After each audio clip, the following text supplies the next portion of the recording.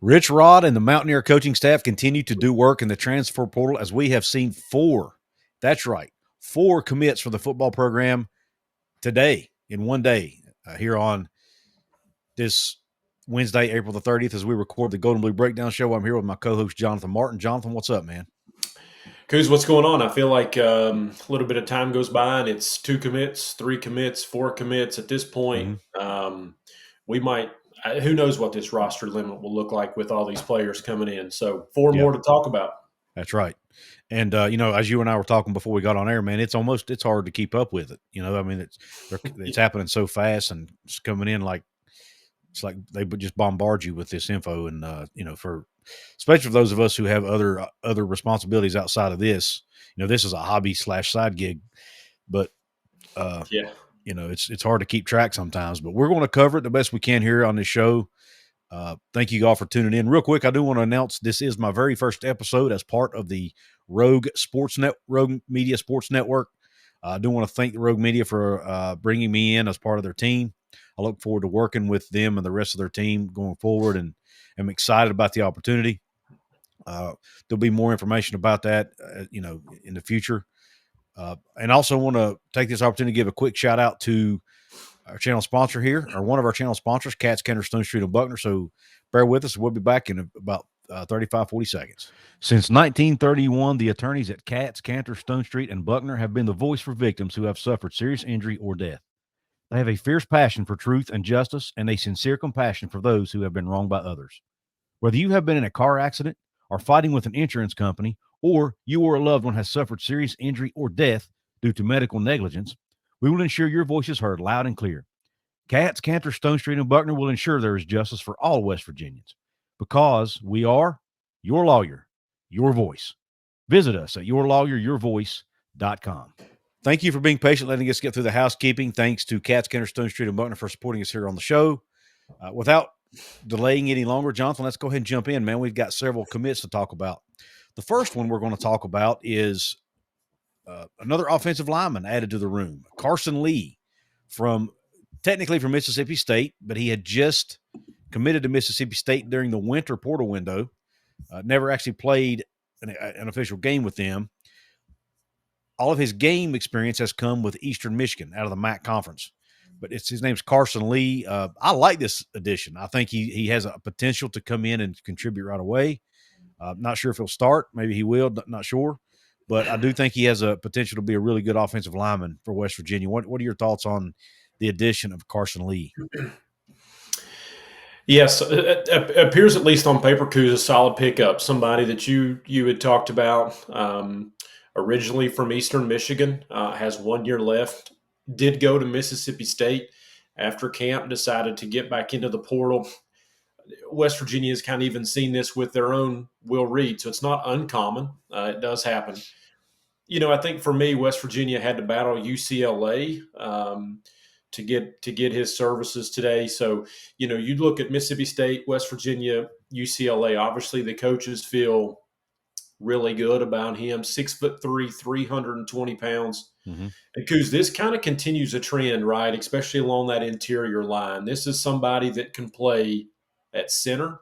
They can play right guard. They can play left guard. So you love the versatility out of such a big young man.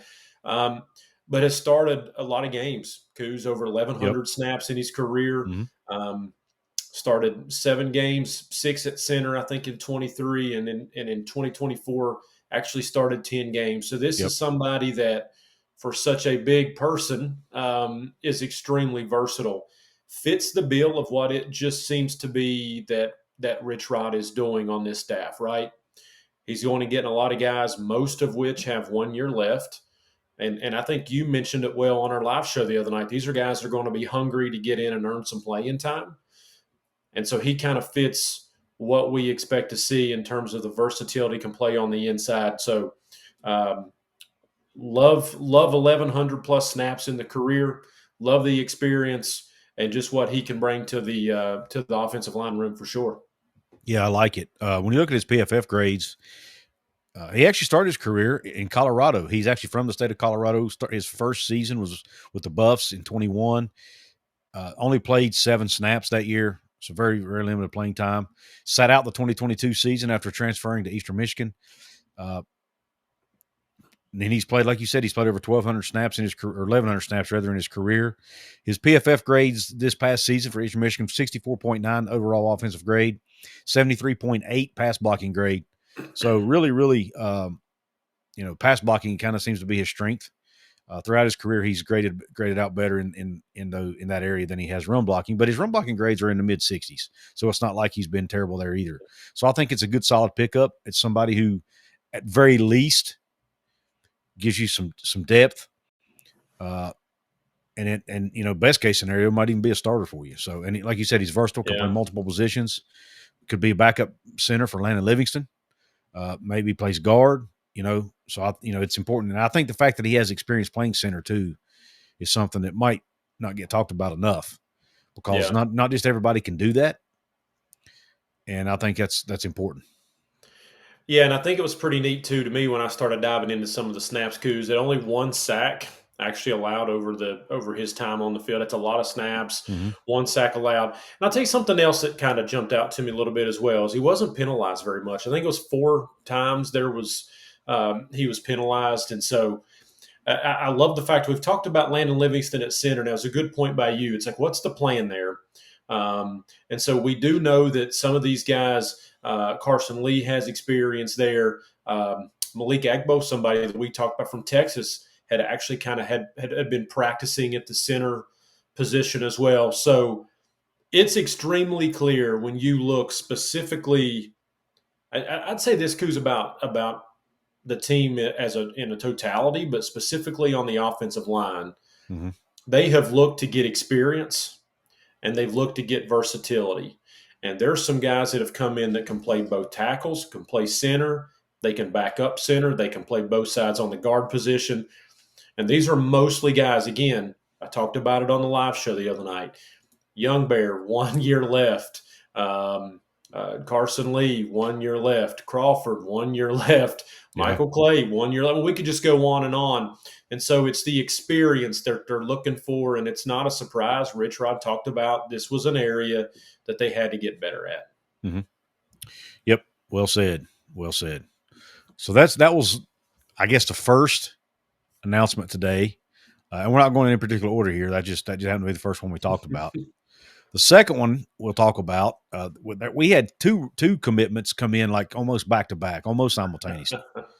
The first one was John Lewis, a linebacker, technically from UNLV, but just like Carson Lee, never played a snap at UNLV. Transferred to UNLV from Mississippi State, actually, in the winter. Went through spring practice with them, and then but I guess not happy for whatever reason, leaving Vegas to come to Morgantown, apparently. So, what are your thoughts on John Lewis, the linebacker from UNLV / Mississippi State? Yeah, what's the chances that this happened twice on the same day and Mississippi State was involved? Yeah, really. with both players. Yeah, again, the linebacker room, somebody that they talked about needing to get a little bit more production out of, and needed to get a little bit more athletic. And Lewis fits that build. Couz at 6'3", 240 pounds. Once again, and this is going to be a theme of tonight's show, experience. 365 snaps spread out over 40 games. Mm-hmm. Entered the portal, committed to UNLV, backed off of that, re-entered the portal, now West Virginia. 1 season left. Another one of those players that's going to come in and try and make an immediate impact because there's that 1 season left. Started 3 games, 212 snaps in 23, 134 in 2024. Would like to go back and do a little bit of investigating a little bit more why there was a dip in a pretty decent amount of snaps over 23 to 24. So, so potential maybe for a little just question mark there. But again, experience and athleticism in a room that they had talked about needing. Yeah, exactly. And I think that's a position room that really hasn't gotten talked about a whole lot during the offseason. Yeah. By us or really anybody. But I mean, when you think about it, they lost both of their starters with Lathan and with Trotter there, and then you have Carrico coming back from last year. You have Ben Cutter coming back from last year. And then they went out and added Ashton Woods from North Carolina. They had a Chase Wilson from Colorado State. But outside of that, they hadn't done a ton at that position, right? Well, this gives you another body at that position. And, again, same theme as I said this multiple times over the past few weeks. At best, or at worst, rather, it gives you depth, gives you bodies to compete for playing time, gives you practice bodies. And by the fact that these guys are upperclassmen, in this case, again, you figure they're going to come in expecting to play. Yeah. Right. I'm sure Coach Rod probably hasn't promised them any playing time, but I'm sure he's promising them an opportunity to compete. And they've produced enough at the D1 level that you say, okay, maybe they've got something here. And, you just got to kind of trust Rich Rod and his staff's ability to evaluate these guys. Right. Zach Alley being the inside linebackers coach, I'm sure he had a major hand in this one. So, let's just hope that it translates to the Power 5 level. Which I mean, he has Power 5 experience, but it's not a ton. So let's hope he can take it to another level at West Virginia. Yeah, and this is a linebacker room that, again, this is talk about themes of shows and themes of positions. They have openly talked about needing to get better, needing to get more athletic. And you name the guys that they've brought in, a lot of speed, a lot of athleticism. Reed Carrico and Ben Cutter did a lot of wonderful things for you, but they didn't blow you away with the speed. They were more on the physical side. And so now you're looking to get some people. Lewis, so like I said, over the final 2 years, he played the most of his snaps. Now, did it dip just a little bit in 24? Yes. Mm-hmm. But you can also say the last 2 years were the most experience that he had seen on the field. And so, look, at the end of the day, there's no disagreement here that the SEC is upper-level college football. And this is a player that played in the SEC. And so the coaches obviously felt strongly that he was somebody that could come in and fill the room and provide what they needed. It was kind of one that flew under the radar a little bit. I didn't hear much about his recruitment, and it just kind of snuck up on you just a hair. But seems to be a good fit in a room that they're really looking to upgrade for sure. Yep. Yeah, I like it. And, I technically, this got advertised as a UNLV transfer, which didn't make it as splashy. But, I mean, technically, this is an SEC transfer. I mean, if you look at his past playing experience, his experience is in the SEC. So, I mean, that's, he got to practice against SEC competition and played against SEC competition. So, again, it never hurts to have a guy with that kind of experience in that room. I mean, you look at he and Reed Carrico are going to be the well. I mean, Chase Wilson's got experience too at the G5 level, but you've got two guys there in Carrico who played a few years at Ohio State before coming over to West Virginia last year, and now John Lewis. You've got quite a bit of P4 experience in that room, even though it may not have been they may not have been starters. They still played a lot of football, and I think that means something. Yep, I absolutely agree. They've made upgrades at that position for 4 or in the portal, and so just another good addition. I'm not quite sure they're finished there either. But, yeah, it's almost kind of like you looked up for the longest time and you had maybe 2 or 3 linebackers that really had experience. And so they've done well in the portal with possibly some more additions to come. Yep. Now, the next one happens to share the same last name as the one we just talked about, Darrian. I think it's Darrian Lewis from Akron. He's a defensive back. Before we get into this, we're going to probably take us a little bit deeper dive into the numbers with this guy. Speaking of deeper dive, I got to give a shout out to a brand new sponsor here on the show, Elite Scuba and Adventures. If you are into scuba diving, you need to go check these guys out over at Elite Scuba and Adventures out of Virginia. They do have open water certification, advanced diver, and specialty courses, including dive master certification and bundle and save deals. They host scuba trips, including one to Tiger Lake right here in the great state of West Virginia this summer. They're going to Key West, Florida in the fall, and they take an annual trip to Thailand every year for amazing diving there. They offer a 10% discount for military and first responders, and if you're not one of those, you can still get a discount. Type in Couz code 25 at checkout. It's COUZ CODE 25 at checkout. You get a 5% discount off any of their services. EliteScubaAdventures.com. Go check them out on the website and thank them for supporting what I'm doing or what we're doing here on the channel. Appreciate them for the support. And they also happen to be WVU fans, so that makes them even makes it even better. So go support our fellow Mountaineers at Elite Scuba and Adventures. All right, so let's go ahead and dive into this next one, Jonathan. Darrian Lewis, a safety, listed as defensive back, but when you look at his tape, he's obviously playing safety from Akron. Now, what are your initial thoughts on Darrian Lewis? Yeah, well, you are the numbers guy a little bit, maybe more than me, so I'm going to let you do a lot of your numbers, but I'm going to give you just kind of my overall thoughts about it. Consistent and productive. Yep. 5'10", 190, plays physical. One of the neat things about him, Couz, is he actually entered the portal, I think it was April 22nd. Made a visit to West Virginia fairly quickly. West Virginia jumped in really fast. And in a lot of these, when a lot of players from the portal get on campus, schools try and lock them up while they're there. And it's not rare, but if you don't sign them right on the spot, you get a little bit nervous. And he didn't actually commit and or sign with West Virginia right off the visit. He actually went to Purdue, and he went to Illinois right after. Eventually, right after those visits, announced to West Virginia. Spent all 4 years at Akron, and this is something that you just don't see a ton of anymore. So 4 years at Akron, 36 total games. Because some of these will blow your mind. 205 tackles, 17 pass breakups. And as a DB, 10.5 tackles for loss. And so not something you see very often. Actually was able to watch a little bit of his film today. And one thing that really stuck out to me, there's your tongue twister this evening. There you go. Yeah, it is late. He never quit on a play, Couz. A lot of his film was 60-yard sprints to the other side of the ball to make a tackle. In several cases, touchdown saving tackles. So no quit. Very high motor.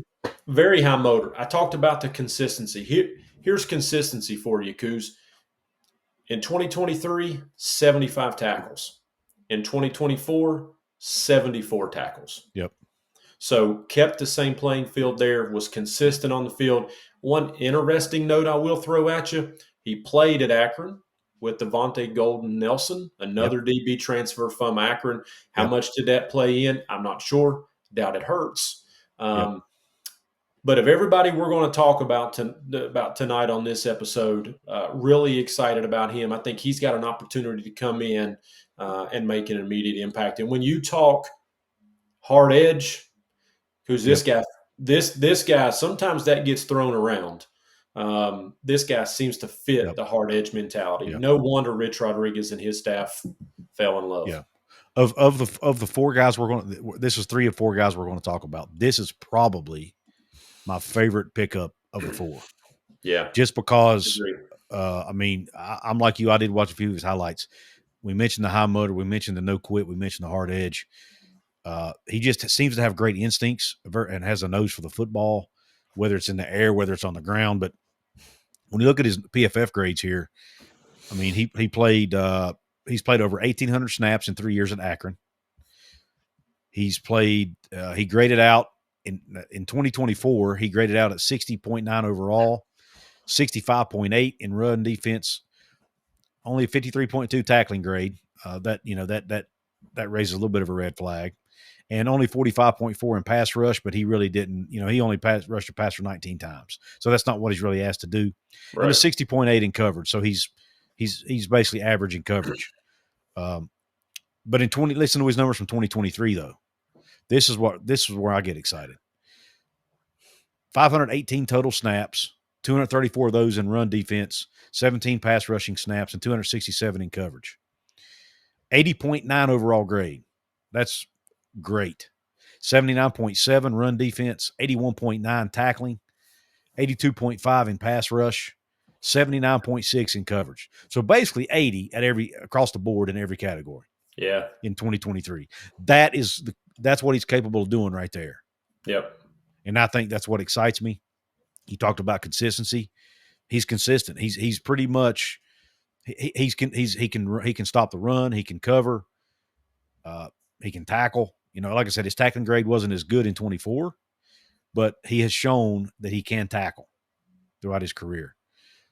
Only 8 missed tackles in 23. He did have 21 missed tackles this past year, but again, he's shown that he can do it. Not sure what happened in 24. Sometimes it's the people around you. Sometimes it might be, what was the coaching staff doing with him? Did they put him in the right positions to be successful? All of that matters when it comes to these. So PFF grades aren't, PFF grades are not the end all be all anyway. But when you look at his overall body of work, I think you have to be excited about it. Yeah, feel good. And again, Purdue, Illinois, Akron, because Colorado was extremely interested in trying to get him on campus too. So another room where they wanted to add some experience, you get it. And they wanted to add high motor, they got it. And they wanted to get that versatility. The physicality for me really stands out. When you look at what West Virginia has done with Tarnu coming back, Jordan Walker coming in, Justin Harrington, who's a guy we've had talked about him before, 6'3", 215, 220, somebody that's extremely physical. And now you add Lewis to the mix. Mm-hmm. There's some high energy, high motor guys that can play physical. They can cover on the outside, cover slot. We've seen Lewis, if you go watch that film and you broke that down perfectly, he's kind of played in multiple positions and graded out fairly well at all of them. And so really like this. Again, all of them kind of fit their bill that we're talking about tonight and fit a need. But he's certainly somebody Zach Alley's looking to overhaul and completely redo in a major upgrade way for West Virginia, especially in the defensive secondary. And this goes a long way to helping that cause for sure. Yep. And when you look, I said he was a safety. I mean, heck, I'm looking at his PFF numbers here. He actually played 325 snaps at the slot corner position. Yeah. So he's played a lot of ball at corner. So now I don't see anything on here where he's played any outside corner much. But he has played that slot corner or nickel. Some call it the nickel spot. Fred Perry's there to play that as well. So now they've got 2 really solid players who can play that, and they're kind of similar. They're both physical. They both like to come up and hit you. But he can also play in the box. He's played 235. He played 235 snaps in the box last year. So and he played 176 at free safety. So he's played 3 different positions in that secondary. 100 snaps plus. Yeah. And has done well at all of them. And he has played some special teams too. Let's not forget about that. He's played quite a few snaps on special teams throughout his career as well. So. Yeah, and listen, I will say, if you're going to throw anything out there of concern, is how does that transition from Akron to Big 12 competition week in and week out?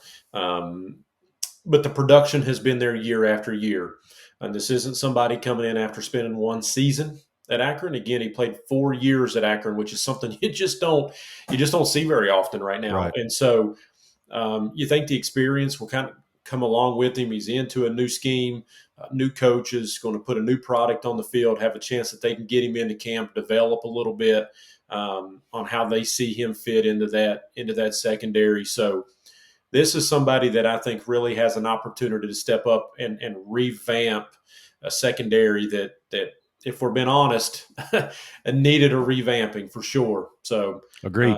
Solid player that West Virginia's getting here. Yep, agreed. Definitely agreed. And but yeah, I really like this pickup. I like, he's versatile, multiple positions, physical, tough. I think he just really fits the mold of what they're looking for on that defense. Yeah. So I like this addition. I really do.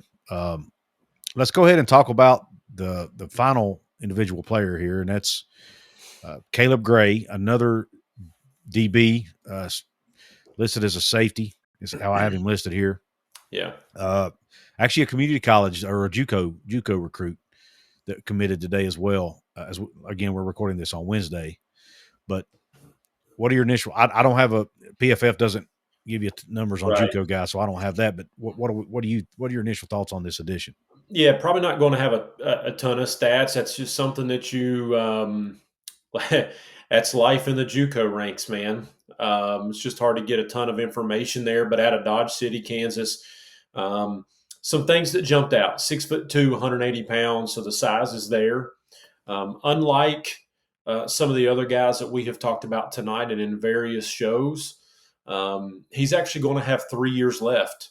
I took an official visit to West Virginia just a couple days ago, and pretty much knew that wanted to be the place he wanted to go. Will say Couz, not a ton of offers that jump out at you that scream. You beat out major competition: South Alabama, Western Michigan, Eastern Michigan, New Mexico. There were a lot of other schools that got involved. But, if you're West Virginia, maybe they saw something here, right? And the way this portal works, it wasn't a portal, but somebody coming out of junior college, let's just say they miss on somebody in the portal, and then they start scaling back to the junior college ranks. And so this is somebody that West Virginia probably identified that can help, that they can get in and coach up. And maybe there were a couple other teams that they felt they had to beat to the punch, but 32 tackles, 3 forced fumbles. So he's active with good size. Probably going to help you a little bit on special teams, add some depth here at a position. So be interesting to see what West Virginia actually has in Caleb Gray. But I think it's quality size, quality depth, and somebody that can help you on special teams. Yep. Little interesting nugget of information here, and credit to Golden Blue Nation for this. Booted a 62-yard punt in the second game of the season. Well, his only punt.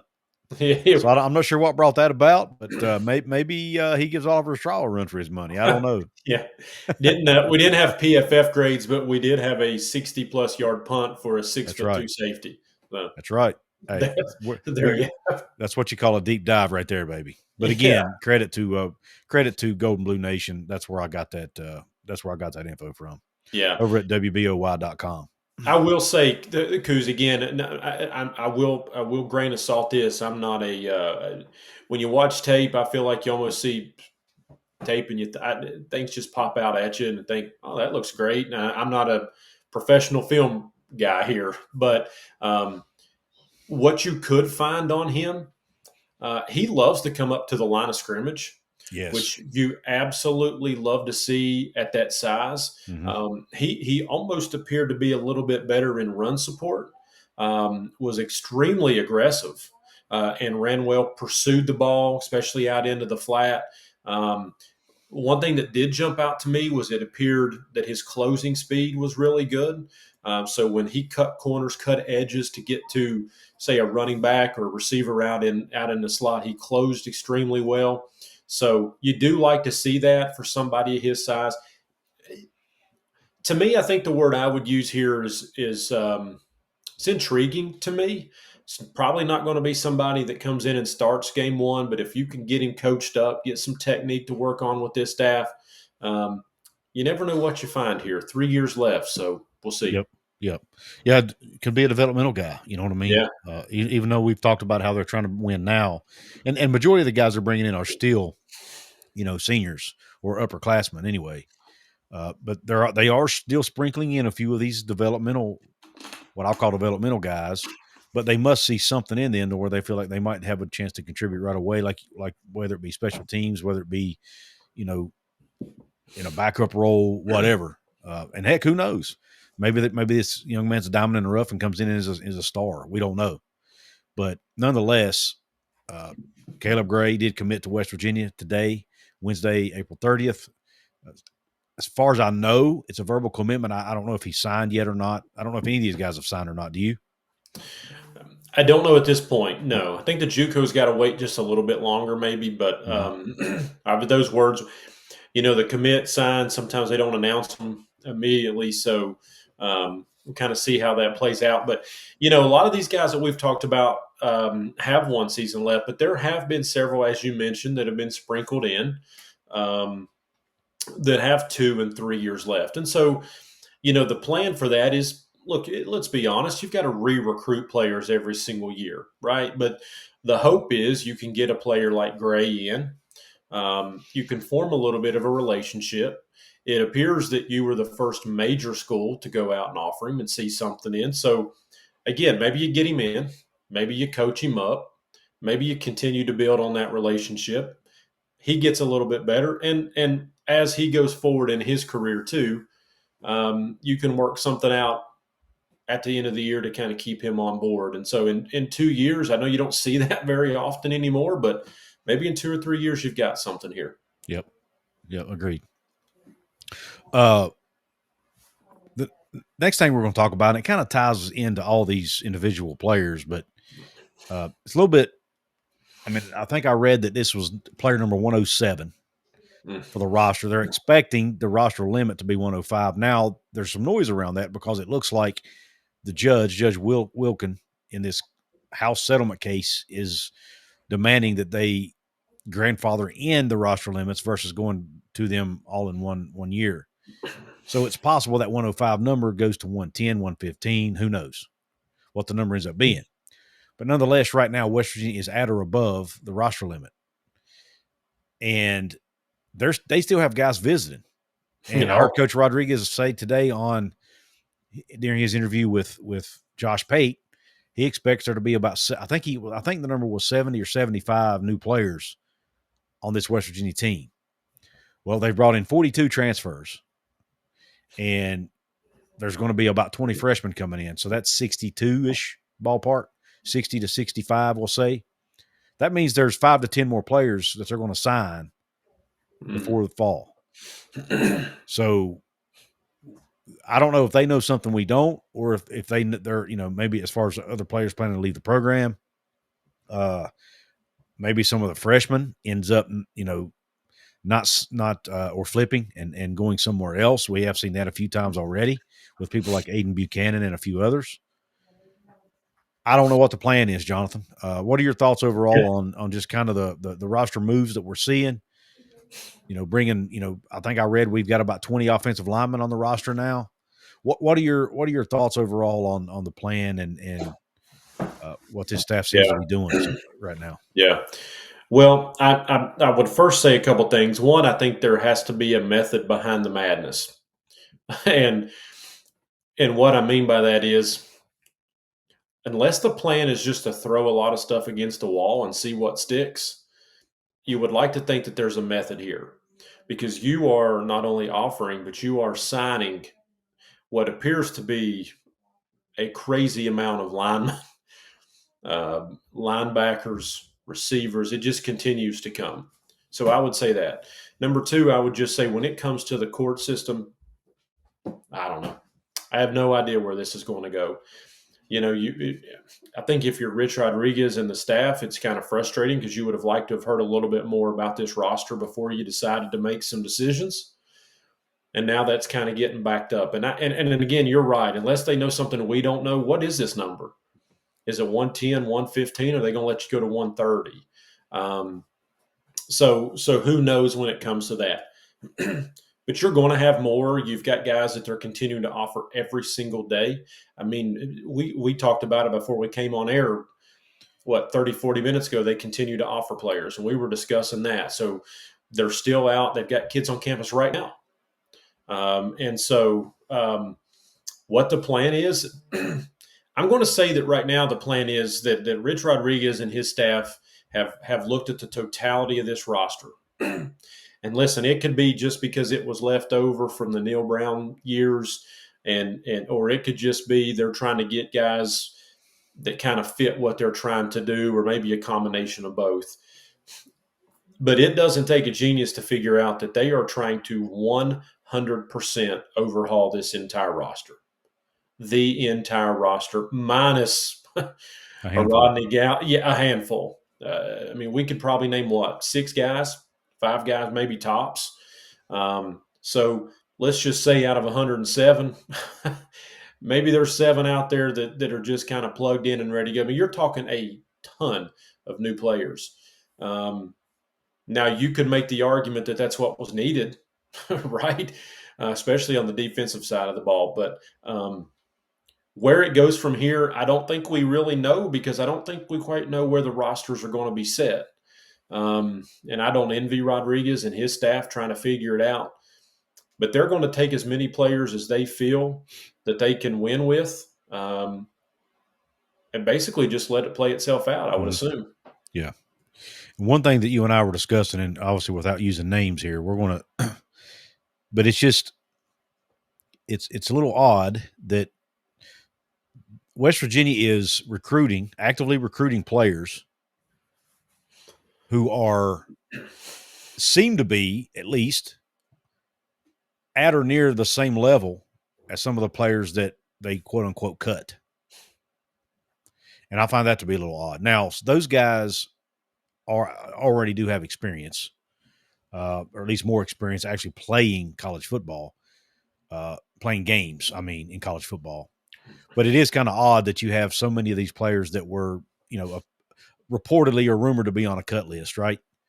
And then all of a sudden, there's guys visiting or being recruited that are, some of them are coming, would potentially be coming from schools who are offering some of the players being cut. So I'm like, what is? Yeah, I don't get it, man. But again, Rich Rodriguez has been doing this for a long time. I trust that he knows what he's doing. He has like you said, a method to the madness. So I think they know what they're doing. But from a fan perspective, when you look at it, if you sit and look at it too deeply, you'll drive yourself nuts trying to figure it out. We just got to sit back and let him do their work and let him cook, as they say. Yeah. One of the things that really jumped out, and we agree on this, but one of the things that really jumps out, if you'll take a look at some of the players that were in the program that are no longer there, were freshmen or redshirt freshmen and some sophomores, some younger players. And if you convert that over to some of these guys, even maybe on a lower level that are coming in or been offered, majority of these guys have 1 year left. Great point. It's probably the only thing that I could really decipher between the two differences there. But again, that goes back to something that you and I agree on, and something that you and I have discussed multiple times. And you referenced the Josh Pate interview. I will say I didn't get to see much of it, but I did see just a few clips here and there. And one thing that Rich Rodriguez once again acknowledged is, listen, he wasn't brought back for nostalgia reasons or because he's from West Virginia. He was brought back to win football games. And it's more clear with each passing day, with each offer, which each recruit, each signing, that he is trying his best to structure this roster to win today. Yep. And it's also becoming, at least to me, Couz, more and more clear that he is putting a ton of emphasis on production, veteran presence. Most of these guys, 1 year left, have been consistent, have been productive, have played at SEC level talent, and have played. I mean, we talked tonight about 1,100 snaps, 800 snaps, 700, a lot of football being played.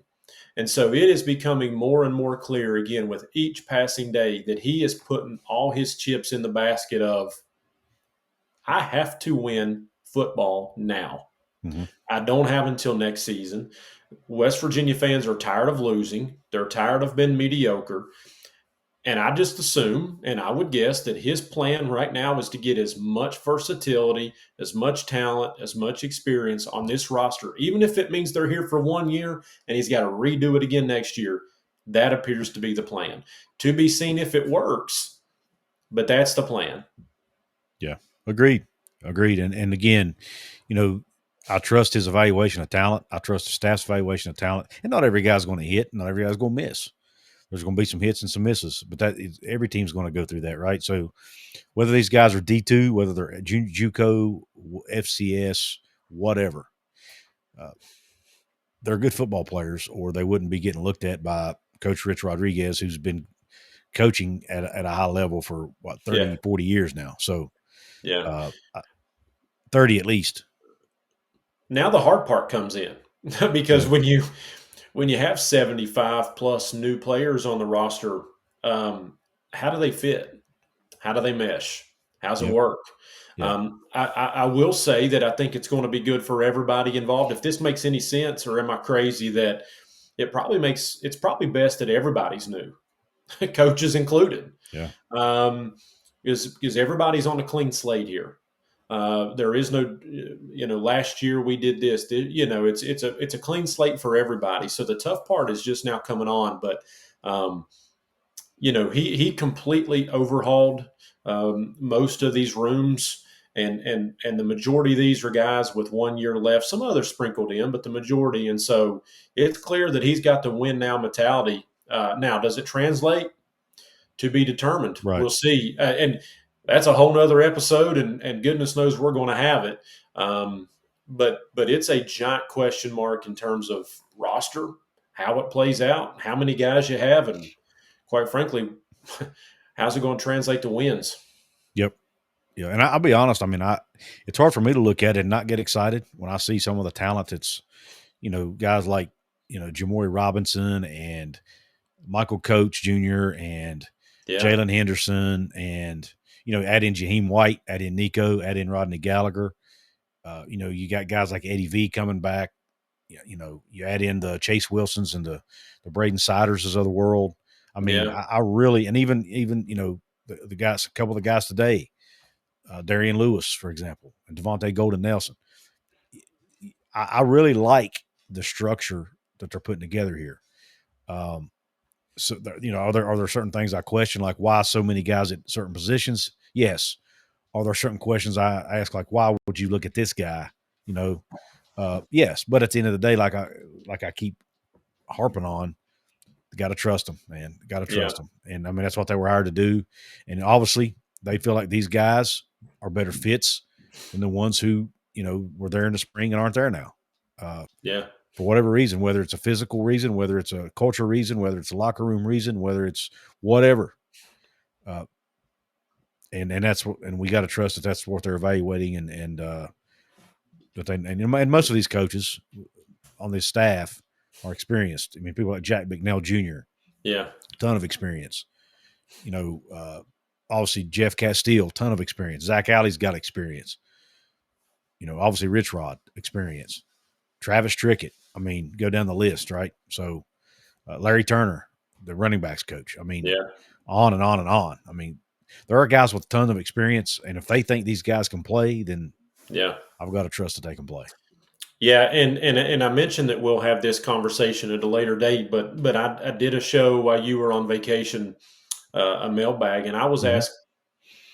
I was asked a pretty a pretty interesting question. It was, as the roster sits today, which is West Virginia closer to, 5 wins or 10? Yep, I love that question. And I got to tell you, it took some thinking. That was a great question. Actually, it was one of the best that I've been asked. Um, and I think it goes back to, how is this all going to work? But I would agree with you. I think a lot of times we get caught up in, and you even kind of started the show by saying it just kind of came in waves today. Um, I kind of made a joke. If you followed me on social media, I kind of made a joke. I thought I was actually going to have a quiet lunch. I put my phone down. I was eating a nice salad, and I looked up after about 30 minutes, and there was another one. And I thought, okay, there went that quiet lunch, because you and I've talked about this. We have other things that we do job related outside of this. So um, they just kind of come in waves. And I think a lot of times we just get caught up in, here's another two, here's another three, here's another four, and how's this going to work? Because when you start to really look down, and you just did an amazing job of just walking out these names. When you start to really dive in and take a look, there's a lot of really, really good pieces on this roster, offensively and defensively. The biggest question is, how's it going to work? Because so many different players from in the portal, um, different backgrounds, different schools, different coaches. But talent wise, I do really, really like what West Virginia is doing. And it just makes you more excited to see how it does translate onto the field. Yep, agreed. Well, Jonathan, is there anything else you want to mention or talk about before we No, before we sign off on this one. I think if we keep going long enough, we'll have another commitment. I'm But, sure we will. Yeah. but I think we joke about it, Couz, but a lot happens within a week. Yeah. So I don't know. We might be at 120 this time next week. Who knows? I do recommend. I did enjoy hearing Rich Rod's interview with Josh Pate. I didn't take a ton out of it because a lot of those questions have been. Rich has done so many interviews. Most of those questions have been answered before, and it's not a shot at Josh Pate by any means. But Coach Rod has canned answers he gives for certain questions. Oh yeah, and he's given them. And he gave him some. Now Josh did ask some different questions, and there was some interesting things that came up, like you talked about, earlier. As just one example, but I was hoping to get a show out of it. I didn't really get a show out of it, but I did enjoy the interview. It's always cool to hear Rich Rod give his take on certain things, and reiterate certain things. And he once again talked about how it was a mistake to leave. He once again talked about how he's there to win, like you mentioned. Talked about rebuilding the roster.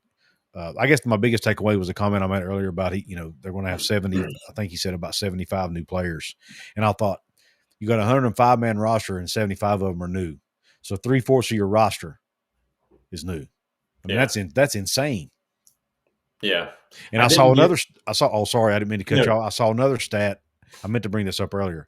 I was reading and I don't remember where I read this. I wish I could give them credit, but there's going to be about 35 seniors on this roster. 5 of them were there last year. Yeah.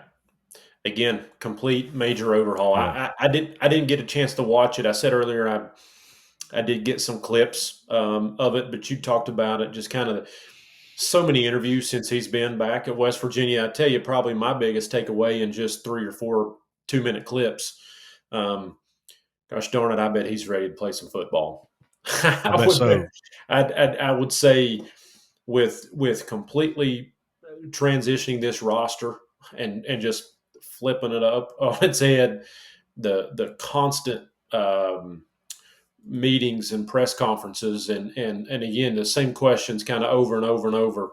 One of my thoughts was I bet you he's darn ready to play some football. Yeah, I bet he is. And there is one show he hasn't been on yet, Jonathan. Can you guess which one that is? Let me see if my fingers point right to the corner. You do that so well, so I can see if I can get mine up there. We would certainly welcome him to come on the show. Yeah. I know you would love it. Yeah, I would. Now, in all honesty, I have asked. Most of the shows he's doing, if you notice, have been national shows. I think they're working. I think his goal, and this is just me reading between the lines here. I don't know this for a fact, but it appears that they're just trying to spread the West Virginia brand, get the name out there. He's been on, Josh Pate. He's been on, multiple other national shows, and he hasn't been on a ton. The only West Virginia based show I've seen him on is 3 Guys so far that I can think of anyway. If there might be another one out there I just haven't thought of. But of course, he did his press conferences after every practice. But as far as national shows, as far as interviews go, he's been mostly doing national stuff. So, look, I have thrown my name in the hat. We'll see if it works out or not. I don't know. I'm not getting my hopes up, but we'll see. It's an open invitation. Absolutely. Heck, I said, look, if I can't get Rich Rod, send me an assistant coach. I'm not. I'll take whoever you can give me. But anyway. I can't I'm trying to compete with Josh Pate here, right? Well, but one could argue when it comes to West Virginia coverage, you're even higher. Well, I appreciate that. And I will say this, Josh Pate, he had to get his start somewhere, right? That's right. But I would venture to say Rich Rod is he's ready to get to work. I think so. I would bet you camp season cannot get here soon enough. Yeah, I'm excited for it too. Hopefully, too, Jonathan. And we haven't been able to talk hoops tonight because there's not really been any hoops news to talk about. But hopefully, we'll have some hoops news too before next week's show. So we'll see what happens there. It's probably a good thing we don't, or this would be about a 3-hour episode. We're probably thankful that one has decided to take just a little bit of a break while the other one continues to hit the gas pedal. So, but yeah, a lot of movement.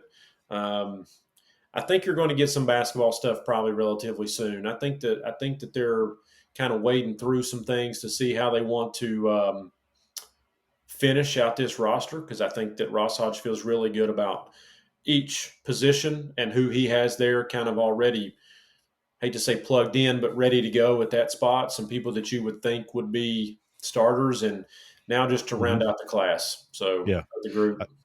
I do want to give a shout out real quick to the women's basketball program. Yeah. They landed another big time transfer. Houston guard, shoot, the page moved on me here.